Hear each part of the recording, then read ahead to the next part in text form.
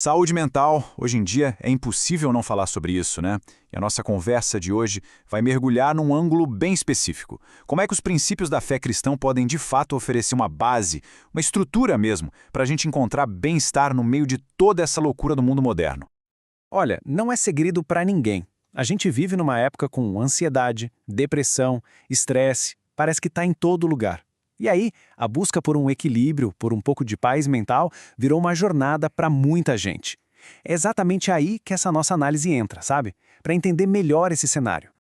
Então, a grande pergunta que vai nos guiar aqui é: será que os princípios cristãos podem mesmo servir como uma base sólida para a saúde mental? Como isso funcionaria na prática? É isso que a gente vai começar a desvendar agora. Ok, então, para começar, a gente precisa ir lá na base de tudo, no fundamento. Vamos entender primeiro como a perspectiva bíblica enxerga o ser humano. E aqui a gente já começa com uma ideia que é, de verdade, transformadora. Lá no livro de Gênesis a gente encontra o conceito de que o valor de uma pessoa não vem do que ela faz, das conquistas, nem da aparência. Não. O valor é inerente, ele já está lá, porque cada ser humano é criado à imagem de Deus. Isso, gente, muda tudo, vira base para a dignidade e para a identidade.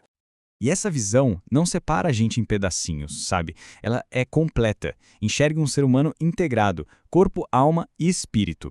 E o ponto-chave aqui, o que é crucial entender, é que o bem-estar da mente está totalmente conectado com a saúde espiritual. Uma coisa influencia a outra, elas andam juntas. Beleza, com essa base bem firme, agora a gente vai construir em cima dela. Vamos falar de 4 pilares, 4 suportes essenciais. São princípios bíblicos que podem de verdade fortalecer a nossa resiliência mental. O primeiro pilar, então, oração e meditação. E olha, aqui a oração é vista como algo muito maior do que só pedir coisas. É uma prática de entrega, de confiança. E a meditação nas Escrituras? A ideia é renovar a mente, sabe? Meio que reprogramar aqueles pensamentos que ficam girando e alimentando a ansiedade. Isso ajuda demais a regular as emoções no meio do estresse. Esse trecho de Filipenses é perfeito para ilustrar isso. A promessa aqui não é que os problemas vão sumir, não é isso. A promessa é de uma paz que guarda a mente e o coração. Pensa nisso como um segurança, um protetor mental mesmo, que fica de prontidão bem no meio das dificuldades. Vamos para o segundo pilar, graça e perdão. Sabe aquele peso da culpa, do ressentimento? Isso é uma carga mental gigantesca. E a prática do perdão, tanto receber quanto dar, é apresentada aqui como um ato de libertação. Não é sobre fingir que a dor não existiu, de jeito nenhum. É sobre tomar a decisão de não viver mais como prisioneiro dessa dor. E esse ensinamento de Jesus em Mateus é bem direto ao ponto, né? Não tem como ser mais claro. Ele amarra uma coisa na outra: o ato de perdoar e a experiência de ser perdoado. Isso mostra o quanto essa dinâmica é central para a saúde espiritual e, claro, para a saúde mental também. Terceiro pilar, comunidade. E a mensagem aqui é fundamental. Ninguém foi feito para viver isolado. Ponto. Uma comunidade de fé é vista como aquela rede de apoio, sabe? Aquele lugar seguro para compartilhar as dificuldades e encontrar suporte. O isolamento só piora as coisas na nossa mente, enquanto a comunidade ajuda a lutar contra isso. E este trecho de Hebreus é um verdadeiro chamado para a ação. Não é só sobre se encontrar por encontrar, de forma passiva. É sobre ativamente incentivar, estimular um ao outro para o amor, para as boas obras. É sobre construir uns aos outros. E esse princípio é vital para criar uma resiliência que não é só individual, mas coletiva. Chegamos ao quarto e último pilar, esperança e propósito. No meio de um mundo que muitas vezes parece um caos, a esperança funciona como uma âncora, segurando a gente para não cair no desespero. A ideia de viver com um propósito maior, sabe? Um propósito focado em servir, em amar os outros, isso dá um sentido que vai além das circunstâncias do dia a dia. E é esse sentido que ajuda a promover o equilíbrio.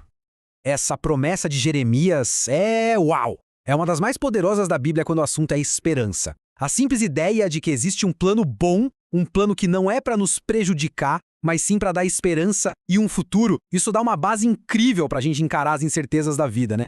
E é algo que com certeza alimenta a saúde mental. Ok, a gente viu toda a teoria, os pilares, os conceitos, mas e aí? Como é que isso vira prática no dia a dia? É isso que a gente vai ver agora. Vamos sair do campo das ideias e ir para ações bem concretas. E a grande força dessa abordagem está justamente aí, na praticidade. Não estamos falando de gestos heróicos, não. São pequenos hábitos, mas consistentes. Coisas como tirar de 10 a 20 minutos por dia para orar, ter um diário de gratidão, encarar o perdão como um ato de autocuidado, se conectar de verdade com a sua comunidade e, importantíssimo, aprender a colocar limites emocionais saudáveis. Parecem passos simples, mas o potencial de impacto é gigantesco. Agora a gente chega num ponto que é, sinceramente, crucial. A relação entre a fé e a ciência.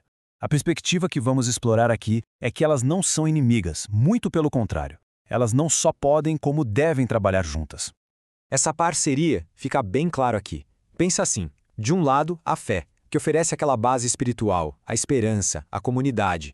Do outro, o tratamento profissional, que chega com as ferramentas clínicas, com o diagnóstico, com a terapia. A visão é que as duas coisas são recursos valiosíssimos, complementares, são duas asas que ajudam na jornada da cura.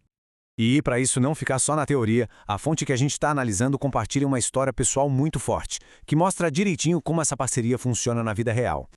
A história é sobre a esposa do autor. Ela estava lutando contra pensamentos de medo que não iam embora, sabe? Aqueles pensamentos recorrentes. E eles oravam, a fé era constante, mas o padrão continuava. Naquele caso específico, só a abordagem espiritual não estava conseguindo quebrar aquele ciclo. E aí vem a virada na história. Eles tomaram uma decisão baseada na ideia de que a verdadeira fé age. E essa ação foi buscar ajuda profissional. O resultado foi um diagnóstico de toque. E a vitória, segundo eles, não veio de uma coisa só. Veio da combinação de tudo. Medicação, oração, louvor e a terapia com um psicólogo cristão. Alguém que entendia o universo deles. Foi a parceria completa em ação. Bom, a gente está chegando ao final da nossa análise. Então, vamos juntar as peças e pensar um pouco sobre os próximos passos nessa jornada pelo bem-estar. Então, o que a gente precisa guardar de tudo isso? Primeiro, o nosso valor é inerente, dado por Deus, ponto. Segundo, oração, perdão, comunidade e esperança são ferramentas poderosíssimas. Terceiro, pequenos hábitos diários podem, sim, transformar a saúde mental. E por último, e talvez o mais libertador, procurar ajuda profissional não é sinal de fraqueza, é sinal de sabedoria. E, para fechar, fica uma pergunta para a gente pensar. Depois de tudo isso que a gente conversou, qual seria um pequeno passo, um só, que se pode dar hoje no caminho para o bem-estar? Talvez anotar uma coisa pela qual se sente gratidão, ou só parar 5 minutos para respirar fundo. A grande transformação, às vezes, começa com uma única e pequena ação. Essa foi a nossa análise sobre fé e saúde mental.